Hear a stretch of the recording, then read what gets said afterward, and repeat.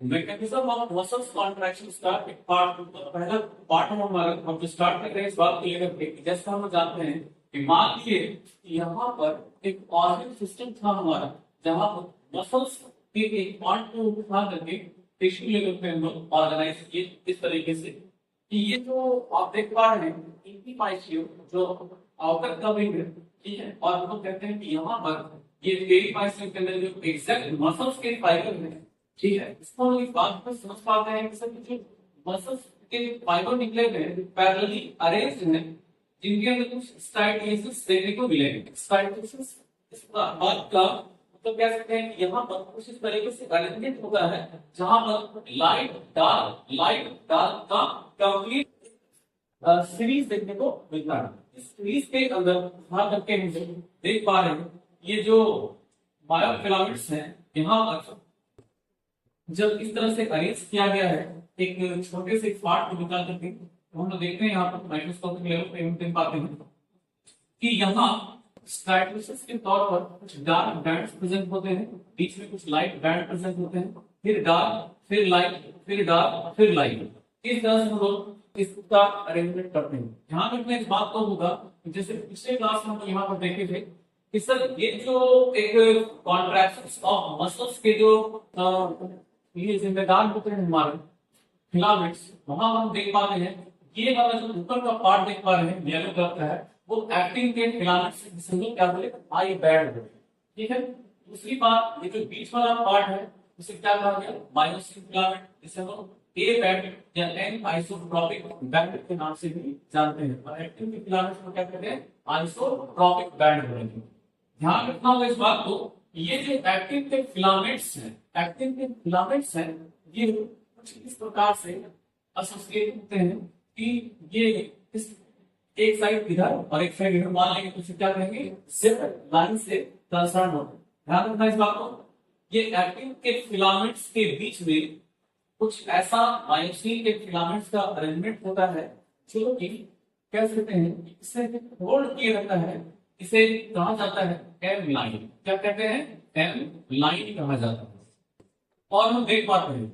इनके बीच में ये जो आप अरेंजमेंट यहाँ देख पा रहे हैं इनके बीच का जो अरेंजमेंट है हमारा इसे बोला गया कि एच जोन बोला गया। ये बात हम लोग समझ में अच्छे से आ गई है, लेकिन ध्यान देना ये होगा सर इनके जो मैकेनिज्म है ये जो आगे कॉन्ट्रैक्ट कर रहे हैं मसल्स क्यों कॉन्ट्रैक्ट कर रहे हैं। कॉन्ट्रैक्शन के लिए एक बात होता है एक फंक्शनल यूनिट कहते हैं जिसको क्या कहते हैं सार्कोमियर। सार्कोमियर एक्चुअली होता क्या है तो हम कह सकते हैं कि सर सार्कोमियर कुछ इस प्रकार से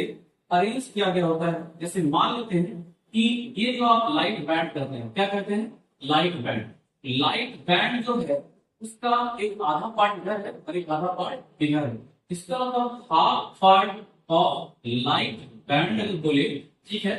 प्लस एक कंप्लीट डार्क बैंड आता है उसके बीच में लोग बोलेंगे सर एक कंप्लीट डार्क बैंड जैसे ए बैंड कहा गया है। फिर एक आधा पार्ट क्या है लाइट बैंड का है, इसको हम लोग बोलेंगे सर क्या है 1/2 part of this light band. इसे यूं लिख सकते हैं कि मान लीजिए लाइट बैंड लिखे तो है तो लाइट बैंड को लिखने का एक और तरीका हो सकता है किसी एक और नाम से जाना जाता है आई बैंड, कहते हैं आइसोट्रोपिक बैंड, और एक होता है anisotropic band plus half part of this another isotropic band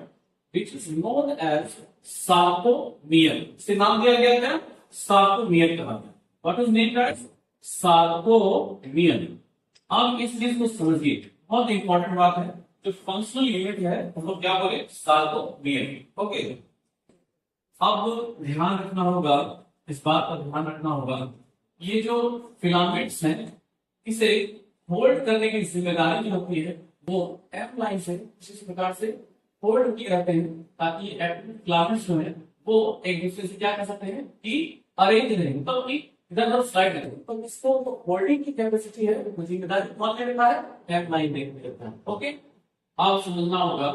इनके बीच में जब मसल्स के कॉन्ट्रैक्शंस होते हैं, ठीक है, इसके लिए क्या होता है कुछ प्रोटीन्स काम करते हैं, मतलब समझ रहे हैं कि उसके अंदर कॉन्ट्रैक्टाइल प्रोटीन की कुछ जिम्मेदारियां होती हैं जो हम अगले पार्ट में देख पाएंगे क्या होता है। पहले इस बात को समझ लेंगे, थोड़ा समझते हैं एक्चुअली इस मैकेनिज्म के अंदर वर्क, ठीक है, कह सकते हैं कि सर जहां एक्टिन फिलामेंट्स है यहाँ एक्टिन फिलामेंट्स है, इसके बीच में मायोसिन के फिलामेंट्स है, जो देख पाते हैं कि आधा पार्ट इसके ऊपर क्या है, ओवरलैप किए हुए हैं। ठीक है, आपको ध्यान रखना होगा कि जब मसल्स का कॉन्ट्रैक्शन होता है, मसल्स का जब कॉन्ट्रैक्शन होता है, तो इस बात को समझेंगे कि यहाँ जो देखने को मिला है उसमें हमें इस बात का पक्का असेसमेंट कर लेना चाहिए कॉन्ट्रैक्शन के रिस्पेक्ट में जो मायोसिन फिलामेंट जब आते हैं, साथ साथ क्या आते हैं, थोड़ा सा कंट्रीब्यूशन एक्टिन के फिलामेंट्स का भी होता है। अब आप इस बात को समझिए कि जैसे यहाँ पर आपने देखा सर एक कंप्लीट असेसमेंट बताया कि एम लाइन जेड लाइन क्या होती है, मसल्स के कॉन्ट्रैक्शंस के लिए क्या क्या जिम्मेदार है, उसमें प्रोटीन्स आते हैं। लेकिन आपको एक बात को समझना होगा, सार्कोमियर जो है हम कह सकते हैं कि फंक्शनल यूनिट जो मसल्स के कॉन्ट्रैक्शंस के लिए जिम्मेदार हो, फंक्शनल यूनिट कह सकते हैं। तो यहाँ पर आप देख पा रहे हैं कि एक डार्क के बीच बैंड के बीच में जो वहां हम दिखाए हैं कुछ इस प्रकार से पैटर्न एनसीईआरटी ये बताती है कि यहाँ पर एक डार्क बैंड के बीच में जो एसोसिएशन होता है, जो इसको होल्ड किया जाता है, मायोसिन के फिलामेंट्स को होल्ड करता है, वो क्या है, एम लाइन है। और हर एम लाइन के बगल में कह सकते हैं कि यहाँ जो लाइट बैंड है उसके जस्ट एडिशन में क्या होता है, जेड लाइन होता है, फिर क्या होता है, ठीक है। इसका मतलब लाइट डार्क लाइट के जस्ट एडिशन में क्या है, यहाँ पर जेड लाइन है, और इन डार्क के बीच में क्या है, एम लाइन है। और इनके बीच का जो आप गैप देखते हैं, यहाँ से एक्टिन फिलामेंट्स, दो एक्टिन फिलामेंट्स यहाँ के बीच में कह सकते हैं कि यहाँ पर क्या कहलाता है, एच जोन कहलाता है। अब आप समझिएगा, जब आप आगे चल के पढ़ेंगे तो यहाँ पर कुछ इस प्रकार से ऐसा असेसमेंट होता है कि जब ये कॉन्ट्रैक्ट कर रहे होते हैं, जब ये कॉन्ट्रैक्ट कर रहे होते हैं, तो ये जेड लाइन जो आप देख पा रहे हैं, ठीक है, ये जेड लाइन जब आप देखते हैं तो ये क्या होता है, कुछ इस प्रकार से स्लाइड करते हैं। क्लियर है, ये जेड लाइन इसके नजदीक आते हैं। ओके, मतलब कह सकते हैं कि जो स्लाइडिंग कैसे होगी, मतलब यहाँ पर देखना जाए कि एक होता है कि इसके ऊपर कुछ मास्किंग एक ग्रुप्स लाइक असेसमेंट होते हैं, इसमें मायोसिन का हेड क्या होता है, आकर के अरेंज होते हैं। मायोसिन के हेड क्या करते हैं, अपनी तरफ खींचने का प्रयास करते हैं। ठीक है, इसके कुछ कॉन्ट्रैक्टाइल प्रोटीन की जिम्मेदार है, तो आप कैसे इनको बाद में सीखेंगे। थोड़ा सा भी एक हल्का सा असेसमेंट करेंगे सर, एक ग्रुप्स लाइक कह सकते हैं कि जो मायोसिन का हेड है कुछ यहाँ ऐसे कुछ इस प्रकार से खींचते हैं, तो ये क्या होता है, जेड लाइन अपनी तरफ से खींच करके बाहर आता है, स्लाइड करता है। ऐसा होने से क्या होगा कि हम देखेंगे ये जो स्लाइड किया, मतलब ये चीज इस प्रकार से समझिए, यहाँ से ये जेड लाइन क्लोज आया, ठीक है, और एफ एक्टिन के फिलामेंट्स क्या होते हैं, सॉरी यहाँ पर जो एक्टिन के फिलामेंट्स है वो क्या होते हैं, छोटे होते चले जाएंगे। समझ आ रहा है आपको ये बात। आपको एक बात जो नहीं समझना है कि किसी भी तरीके से ये जब कॉन्ट्रैक्शन होगा, जब कभी की कॉन्ट्रैक्शन होगी तो जेड लाइन क्या होता है, काफी क्लोज आ जाएंगे, ठीक है, ध्यान रखना इसको, और ये क्या होगा, छोटे होते चले जाएंगे। ठीक है, मतलब ये तय होगा सर ये सारे कॉन्ट्रैक्ट में चले जाएंगे, तो हर तरह से क्या होगा, ये जो आप देख पा रहे हैं मायोसिन का हेड है, ये बार बार फोर्स लगाता है, इसको सीधा रहता है। कॉन्ट्रैक्शन के दौरान हम देख पाते हैं ये Z line comes close to each other. यहाँ तक हमारा है, और आगे तक बात करेंगे कैसे कॉन्ट्रैक्टाइल प्रोटीन हमको इस स्लाइडिंग मैकेनिज्म के लिए जिम्मेदार होता है। आपके कौन कौन से प्रोटीन है हम तो देखेंगे। ठीक है, इस सार्कोमेयर का अरेंजमेंट कैसा है, पहले एक हाफ लाइन, ठीक है, फिर एक डार्क बैंड, फिर इसका half line, this is the functional unit. Okay, this is all about the little part of this muscles contraction topic है, कॉन्ट्रैक्शंस ऑफ मसल्स। कॉन्ट्रैक्शंस के बारे में तो जानेंगे, sliding mechanism of muscle contraction क्या होता है। ठीक है, उसके अंदर हम प्रीवियस क्लास में बहुत कुछ मेंशन किए थे, पर हम लोग थोड़ा सा और जानने का प्रयास करेंगे कि देखिए सबसे पहले इस बात का ध्यान रखना होगा हम लोगों को कि मान लेते हैं कोई ऑर्गन, मान लिया जाए कोई ऑर्गन है जिसके अंदर हम लोग ये कहें कि इसको टिश्यू लेवल पर अगर स्टडी करना चाहते हैं तो यहाँ लेकर के आते हैं और देखते हैं कि इसकी हिस्टोलॉजी क्या है। आप देख पाएंगे कि यहाँ पर ये जो मसल्स के जो फाइबर्स अरेंजमेंट इस प्रकार से दिखाए गए हैं, एक्सटर्नली जो है इसे कहा गया है एपीमाइसिन, और यहाँ पेरीमाइसिन जो है थोड़े इसके अंदर जा रहे हैं, तो पेरीमाइसिन की स्टडी थोड़ी सी मतलब ये कह सकते हैं कि इसके इंटरनल पार्ट को क्या कहा गया, पेरीमाइसिन, जो एपीमाइसिन के अंदर देखने को मिलती है। कुछ हेलिकली अरेंज्ड जो मसल्स के फाइबर हैं वो अरेंज होते हैं और वो एंडोमाइसिन से कवर होते हैं। ठीक है, ध्यान रखिएगा, ये जो एग्जैक्ट मसल्स का अगर फॉर्म देखा जाए, बेसिक रूप से ये मसल्स के फाइबर जो skeletal muscles fibre, skeletal muscle के फाइबर है, जो कि एग्जैक्ट फॉर्म कह सकते हैं कि मसल्स के रूप में अगर जाना जाए तो इन्हीं को जाना जाता है। इनके अंदर कुछ स्ट्रैटेजीज देखने को मिलेंगे, जहां पर हम कह सकते हैं dark light dark light dark light का एक स्ट्रैटेजीज है, जो बेसिकली मसल्स के कॉन्ट्रैक्शन के लिए थोड़ा रिस्पॉन्सिबल होता है। आप इस चीज को समझिएगा, थोड़ा ध्यान रखना होगा इस बात को कि यहाँ पर हम लोग कह सकते हैं कि जो डार्क लाइट का जो अरेंजमेंट हम लोग देख पा रहे हैं, उसमें देखते हैं कि ये जो आप देख पा रहे हैं यहाँ पर, इसे हम लोग डार्क बैंड, इसे हम लोग बैंड के नाम से भी जानते हैं। दूसरी चीज क्या है, ये डार्क बैंड जो आप देख पा रहे हैं, इसके जस्ट बगल में ये जो अरेंजमेंट है, ये जो कह सकते हैं ये है हमारा लाइट बैंड। दूसरी बात, इस लाइट बैंड को हम लोग आरी बैंड के नाम से जानेंगे, और ये जो है इन दो डार्क के बीच में, जो इनके बीच में एक लाइन जो आपको दिखाई देगी, इसका नाम है जेड लाइन। तो कह सकते हैं कि हमेशा इस बात का ध्यान रखना होगा कि ये जो डार्क बैंड है, इनके बीच में जो पाया गया लाइन का ये जो सेगमेंट देख रहे हैं, ये एम लाइन है, जो कि इस डार्क वाले पार्ट को बेसिकली क्या करता है कि तो जेड लाइन के बीच में उसको क्या करता है, होल्ड किया रहता है, जो कि कह सकते हैं कि मायोसिन के फिलामेंट है। बेसिक रूप से इसके फिलामेंट है मायोसिन के फिलामेंट से। आप देख पाएंगे यहाँ पर कि सबसे पहले एक अरेंजमेंट हम लोग देखते हैं, यहाँ पर इस फिगर के अंदर आप देख पा रहे हैं, ये जो जेड लाइन है, ये जेड लाइन को व्हाइट कलर से दिखाया गया है। यहाँ पर ये जो डॉटेड लाइन ग्रीन वाली लाइन जो दिख रहे हैं, इसे हम लोग जेड लाइन बोलेंगे, जो कि एक्टिन के फिलामेंट्स को अपने साथ एसोसिएट करके रखते हैं। और दूसरी बात है कि एक्टिन के फिलामेंट्स कुछ इधर भी प्रोजेक्टेड होते हैं, कुछ इस साइड प्रोजेक्टेड होंगे, और इनके बीच में एक लाइन जो आप देखेंगे कि यहाँ पर जो अरेंज है उसे क्या कहा गया है, एम लाइन कहा गया। आप समझ पाइएगा कि जो एम लाइन है हमारा, एम लाइन ये दो एक्टिन फिलामेंट्स के बीच में मायोसिन को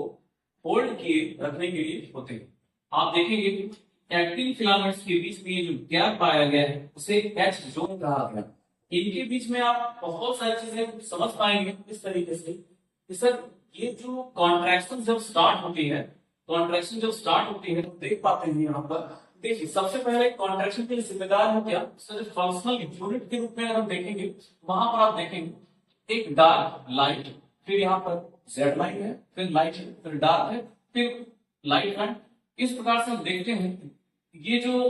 इनके बीच का आधा पार्ट जो कि लाइट बैंड का पार्ट है, और एक कंप्लीट डार्क पार्ट, और एक कह सकते हैं फिर आधा लाइट पार्ट, तो कह सकते हैं half I band plus A band plus half I band. इनके एसोसिएशन को हम क्या कहेंगे, सार्कोमियर कहेंगे, जो कि कॉन्ट्रैक्शंस के लिए functional unit of muscles contraction. आप इसके लिए ध्यान रखिएगा, इनके अंदर हम लोग कह सकते हैं स्टोर हाउस होता है, तब इनके अंदर बेसिकली जो आप पढ़ेंगे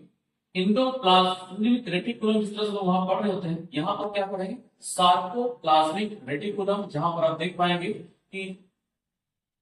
बेसिकली ये करते क्या है, कैल्शियम को स्टोर करके रखने का काम करते हैं। आप बेसिक को समझिएगा थोड़ा यहाँ पर। जैसे मान लीजिए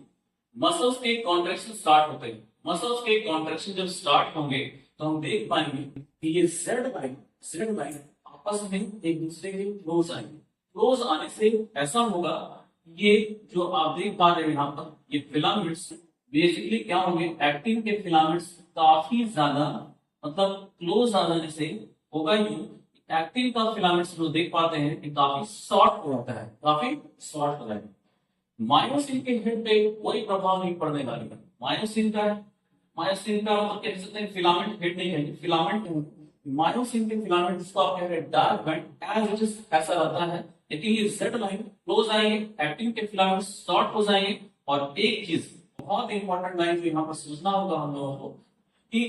ये जो आप देख पा रहे हैं एच जोन जो यहाँ पर दिखाई दे रहा है इस दो एक्टिन फिलामेंट्स के बीच का जो गैप है ये एच जोन, यहाँ पर आप देखेंगे ये एच जोन होता क्या है, यहाँ पर डिसअपीयर हो जाएगा। ओके, आप इस चीज को थोड़ा सा और समझने का प्रयास कीजिए। The Z line comes close to each other and H zone becomes disappear and actin filaments become soft and there will be no effect on the myosin filaments.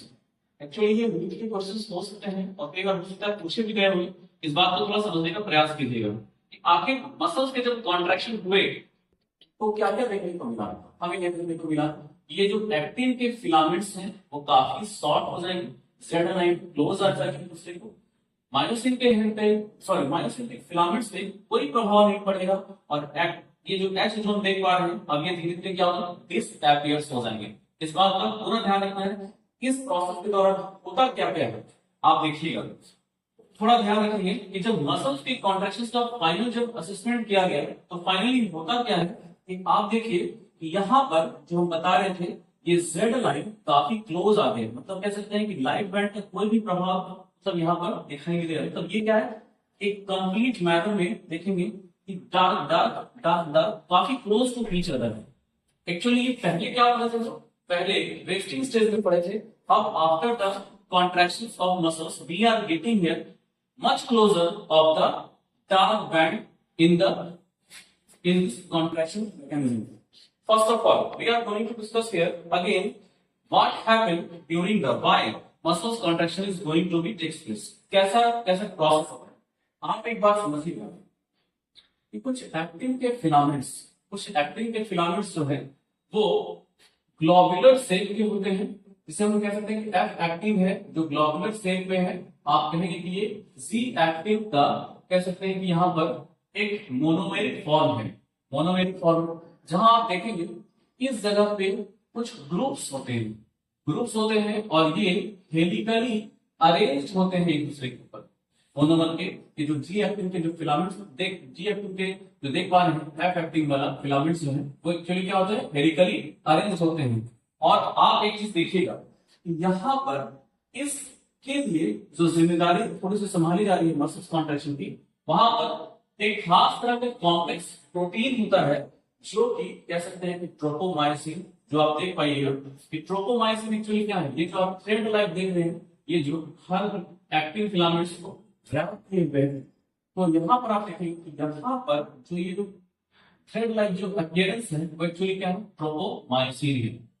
जो कि कह सकते हैं ट्रोपोनिन एक कॉम्प्लेक्स प्रोटीन के जो तीन part कह सकते हैं tropomyosin and troponin C and troponin I. Actually ये है क्या रोल है इनका रोल बस इतना समझ लीजिए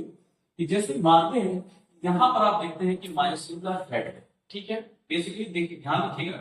कि मायोसिन से जो ये हेड है वो करते क्या है इस एक्टिन फिलामेंट के इस ग्रुप्स के अंदर जाकर के ऐसे अटैच हो जाते हैं। ऐसा होने से क्यों होगा कि मान लीजिए जैसे हम लोग कहते हैं ना कि हम लोग कोई चीज तोड़ते हैं तो अपनी तरफ जैसे मान लीजिए फ्लावर कट करते हैं किसी पेड़ से तो खींचते हैं तो जैसे लगता है कि अपनी तरफ खींच रहे हैं, ऐसे ही ये क्या करेगा ये एक्टिन का जो ग्रुप्स है इसके अंदर मायोसिन के हेड आकर के ऐसे अटैच हो जाएंगे और अपनी तरफ खींचेंगे और जैसे ये खींचेगा तो होगा ये कि ये जेड लाइन काफी क्लोज आ जाएगी और जेड लाइन काफी क्लोज आने की वजह से आप देख पाएंगे यहाँ पर कुछ ऐसा मैकेनिज्म वहां होगा। पर इससे पहले थोड़ा एक ही समझते हैं कि मायोसिन एक्चुअली होता क्या है। देखिए मायोसिन जो कह सकते हैं कि ये मायोसिन का हेड है जो क्रॉस आर्म के लिए बेसिकली जिम्मेदार होगा जब ये अटैच होगा इससे एक्टिन के फिलामेंट से अटैच होगा। देखिए ध्यान से यहाँ पर एक्टिन के बाइंडिंग साइट्स होते हैं, एक्टिन के बाइंडिंग साइट्स होते हैं जहां से ये मायोसिन का हेड वहां पर जाकर के अटैच हो जाते हैं और यहाँ पर मसल्स के कॉन्ट्रैक्शन कराने के लिए ये जो यहाँ पर एटीपी का एक कह सकते हैं कि एटीपी बाइंडिंग साइट्स देखने को मिलते हैं, एटीपी बाइंडिंग साइट मिलते हैं जो कि ये हाइड्रोलाइज किए जाते हैं, एटीपी को ब्रेक किया जाता है जिसकी वजह से होगा ये एटीपी टूटेंगे अपने एडीपी एंड इनऑर्गेनिक फॉस्फेट के फॉर्म में। ऐसा होने से यूं होगा ये जो आप हेड देख पा रहे हैं धीरे धीरे पहले ये तो डिटैच्ड फॉर्म है, ये मान लीजिए मायोसिन का हमारा हेड है और ये कह सकते हैं कि आप जो एक्टिन के फिलामेंट्स हेलिकली अरेंज है, एक्टिन के फिलामेंट्स जो हेलिकली अरेंज है, आप ये समझिएगा, तो समझिए इस बात को। इसके ऊपर हम कह सकते हैं कि अभी पूरी तरह से ये हेड इसके अंदर इम्बेडेड नहीं हुए। क्यों नहीं हुए हैं, इस बात को थोड़ा समझेंगे। क्योंकि अभी एंजाइम की मदद से, एंजाइम की मदद से चलिए क्या होगा, थोड़ा सा यहाँ पर एक चीज से समझना और भी ज्यादा होगा कि जब एडीपी टूट रहा होता है एडीपी के फॉर्म में, तब जाकर के मायोसिन के हेड क्या होंगे, इसके पास आकर के अटैच हो जाएंगे। क्यों होगा, इस बात को भी थोड़ा समझते हैं। मायोसिन का हेड तब तक अटैच नहीं होगा जब तक कि आप देखिए ट्रोपोनिन आई बेसिकली करता क्या है कि इस एक्टिन के फिलामेंट्स के आसपास इस मायोसिन को आने ही नहीं देता है। ट्रोपोनिन आई की सबसे बड़ी जिम्मेदारी होती है कि ये मायोसिन के हेड को इसके पास आने ही नहीं देता। तो होगा क्या, आप देख पाएंगे ये जो हेलिकली अरेंज यहां पर आप देख पा रहे हैं, एक्टिन के जो फिलामेंट्स हैं जब ट्रोपोमायोसिन से पूरी तरह से कह सकते हैं कि कवर्ड होते हैं, कवर्ड होने का होगा ये कि कैल्शियम आयन, कैल्शियम आयन जो कि कह सकते हैं कि सर जी कैल्शियम आयन आएंगे इस ट्रोपोनिन सी के पास और इसमें जब एसोसिएट होंगे, जब इसके ऊपर एक्ट करेंगे तो मायोसिन के जो फिलामेंट्स हैं वो इस ट्रोपोनिन सी के आने पर होगा कि ये एक्सपोज हो गए, बाहर निकल जाएगा। और जैसे ही बाहर निकलेगा तो आप देख पाइएगा ये जो ग्रुप्स हैं वो दिखाई देने लग जाएंगे। और जब ग्रुप्स दिखाई देने लग गया तो मायोसिन का हेड क्या होगा, आकर के से अटैच हो जाएगा। और जैसे ही मायोसिन का हेड अटैच हुआ, समझिए कि एक क्रॉस आर के फॉर्मेशन कह लीजिए या क्रॉस ब्रीज का फॉर्मेशन होगा और ये मतलब खींचता चला जाएगा, इसमें खींचेगा और खींचने के बाद क्या होगा कि ये जो आप देख पा रहे हैं फिलामेंट्स स्लाइड करेंगे, तो मसल्स क्या होगा, कॉन्ट्रैक्ट करना स्टार्ट होगा। एटीपी को फिर से बुलाया जाएगा इस जगह पे ताकि हमारा मसल्स के कॉन्ट्रैक्शन का प्रोसेस तो कंक्लूड हो चुका है, तो कह सकते हैं सर एटीपी अगेन आती है आफ्टर स्लाइडिंग एंड होगा ये मायोसिन के जो हेड होते हैं वो फिर से डिटैच होकर के वापस चले जाते हैं और फिर से ये प्रक्रिया निरंतर हमारे बॉडी में मसल्स के कॉन्ट्रैक्शन के लिए जिम्मेदार होती है। आखिर आप एक बात समझिएगा कि ये जो कैल्शियम आया तो कहां से आया, सबसे बड़ी बात है कि कैल्शियम आया कहां से, क्यों आना चाह रहा था। आप देखिए हम लोग जानते हैं नर्वस सिस्टम को बहुत अच्छी तरह से पढ़े हैं, नर्वस सिस्टम के अंदर न्यूरॉन्स जो है वो एक्चुअली करेंगे क्या कि ये न्यूरॉन्स के जो देख रहे हैं यहाँ पर पेट होता है साइनेप्टिक नोड से कुछ न्यूरोट्रांसमीटर यहाँ पर रिलीज किए जाते हैं in the form of acetylcholine, in the form of acetylcholine release करते हैं। और आपको पता है ये जो हमारा मसल्स का फाइबर यहाँ पर मेमोरी भी कह रहे हैं, जैसे ही ये आते हैं तो यहाँ पर इनके बीच में जो न्यूरोट्रांसमीटर आए तो ये करेंगे क्या कि इनके जो ACH का जो कॉन्सेंट्रेशन है इनको चाहेंगे कि ये मसल्स फाइबर रिसीव करें और होगा ये कि इसके मसल्स फाइबर के रिसीव करने से आप एक समझिएगा कि कुछ मोटर लिंक कहा जाता है इन दोनों के बीच का एसोसिएशन को। आप इस चीज को समझिए जब ये आगे यहाँ पर आकर के अपने न्यूरोट्रांसमीटर को रिलीज करेंगे तो ये मसल्स फाइबर को गेन करने के लिए क्या करेगा, एक कह सकते हैं कि यहाँ पर प्लाज्मा मेम्ब्रेन कह लीजिए जो कि सार्कोलेमा के नाम से जाना है। अब इनके अंदर होगा जैसे कि सार्कोप्लाज्मिक रेटिकुलम जो कि कैल्शियम को अपने अंदर निरंतर बनाए रखता है, ठीक है। और निरंतर बनाए रखने की वजह से क्या होगा, इनकी एक्टिविटी काफी हाई रहेगी। तो कैल्शियम जैसे ही बाहर निकलेगा, कैल्शियम जैसे ही बाहर निकल के आती है तो आप देख पाइएगा सर कैल्शियम के निकलने से यहाँ पर एक चीज क्या होने वाला है जो आप यहाँ पर देख पा रहे हैं कि कैल्शियम बाहर निकली है तो होगा ये कि इस मसल्स को कॉन्ट्रैक्ट कराने के लिए बेसिकली हम जानते हैं कि कैल्शियम आयन बहुत ज्यादा रिस्पॉन्सिबल होता है। तो ट्रोपोनिन सी से आकर अटैच हो जाएगा, ट्रोपोनिन सी से जैसे ही अटैच हुआ ये ये जो ट्रोपोमायोसिन देख पा रहे हैं, ठीक है।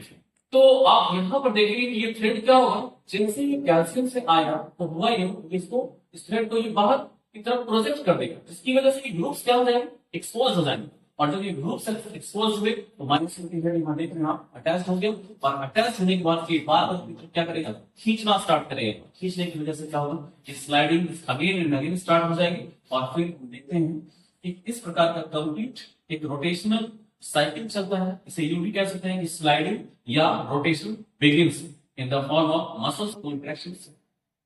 देखने को यहाँ पर हमें मिलेगी। तो यह था हमारा कंप्लीट मसल्स के कॉन्ट्रैक्शन का मैकेनिज्म। हमने क्या देखा? फाइनली रेस्टिंग स्टेज में हमारा जेड लाइन क्या है, इन दोनों के बीच में डार्क लाइन के बीच में यहाँ पर ऐसे होल्ड किए हुए हैं, माइनस को होल्ड किए हुए हैं, एम लाइन देख पा रहे हैं। यहाँ कोई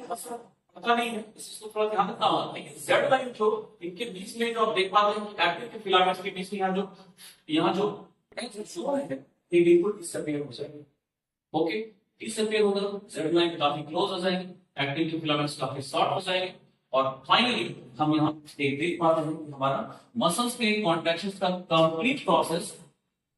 कंप्लीट कर लिया गया है।